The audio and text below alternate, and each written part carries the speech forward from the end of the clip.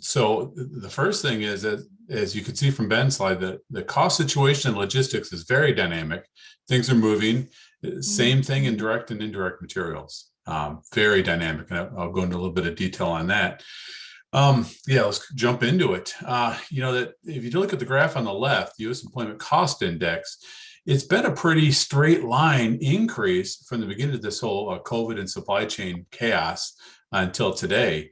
But so labor costs, we can say, kind of dynamic in one direction. But then I just took a bit over here on the right side on ocean container spot rates.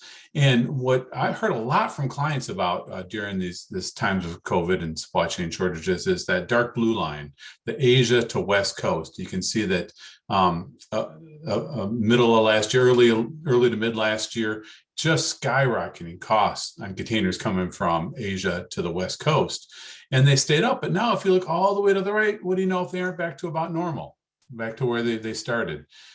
So not unlike labor rates, we've seen a big increase and then a big decrease back to where they started. Now, even within these spot market rates for ocean containers, you see quite a bit of difference between where you're coming from, where you're going. So if you look at that light green line, and this is Europe to North America, it's gone up, not as dramatically as Asia to the West Coast, but it's pretty much stayed up. So when your top executives say, hey, I heard that ocean container freight costs are down to where they were pre-COVID, that's kind of true and kind of not. So you really have to understand the details. The devil is in the details. You can go to the next slide. Just want to share one other example of how dynamic things are. This is with resins. So resins is not one thing. Each of these 8 resins, these are common resin types over on this graph. Each of them is made up of different feedstocks, and they're made with different manufacturing processes. They kind of run a little bit with oil prices, but they really vary considerably. So you can see that all of them have been up over the past 3 years, right?